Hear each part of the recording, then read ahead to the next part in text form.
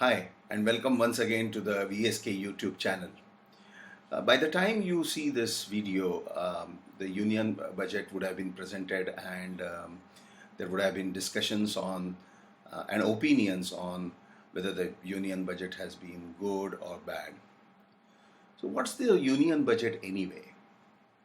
So, it's an annual exercise undertaken by the finance ministry to estimate their expenses uh, for the developmental work that they do for the country and also estimate the income that they can get to spend that money by taxing you and me. Now, if the expenses are too high, then they would levy higher taxes, or the other alternative is to print more money. So, I'm sure we are affected, but do we have any control over this? Absolutely not. So, why do we fret so much about events that we cannot control? Um, and for once, why don't we look at things that we can control? So, I propose that we look instead of looking at the union budget, I think we should make our own budget first. So, what does it entail making your budget? Firstly, you have to look at your expenses. Now, how do we estimate our expenses? The easiest way is to um, go through your bank passbook or statements for the last 12 months, look at the withdrawal column, total them up, see if there are any one or two extraordinary items which are one time expenses, and total the rest. Divide by 12, that's your estimated monthly expense. Now, I also would like to point out here that we should not have too many bank accounts. I mean, one or maximum two. Once you have estimated your expenses, you obviously know your income. So the balance is what you are saving. Now, there is no thumb rule as such as to how much you should save, but I think if we spend carefully, then there is no reason why we can't save 20 to 25% easily. I know some people who save even up to 50-60%. This is because our income is definitely increasing over a period of time and the expenses don't really increase to that extent. So the saving capacity should increase continuously. Now once this money is saved, that it needs to be invested properly. So how do you go about that? So I have, I talk about these investment baskets. So there are essentially only two baskets. One which we name as a debt basket and the other one as the equity basket.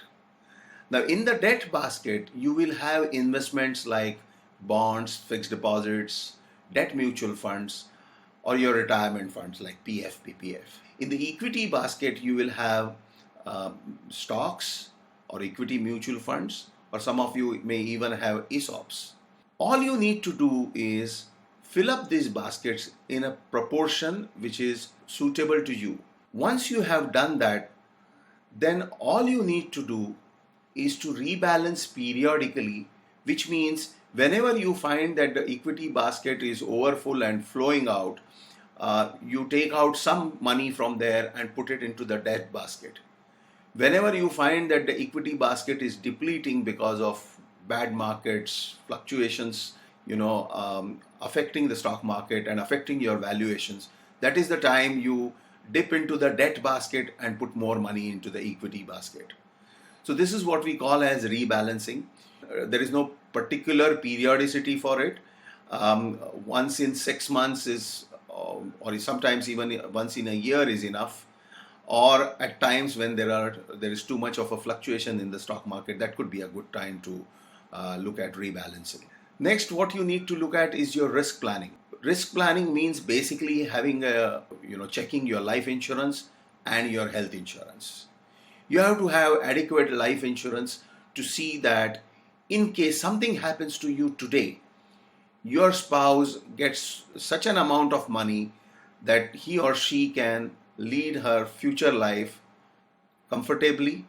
All your financial goals for your children and retirement for both of you are fulfilled with that money.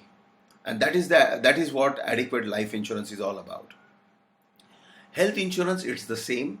You have to see how much money you would require in case of an emergency. Now, this money may not be a good idea to look at today's situation and make that estimation, but basically you will have to look ahead for next 20, 30 years and make an estimation. There are a lot of basic health insurance schemes and top-up insurance schemes which together can give you adequate health insurance.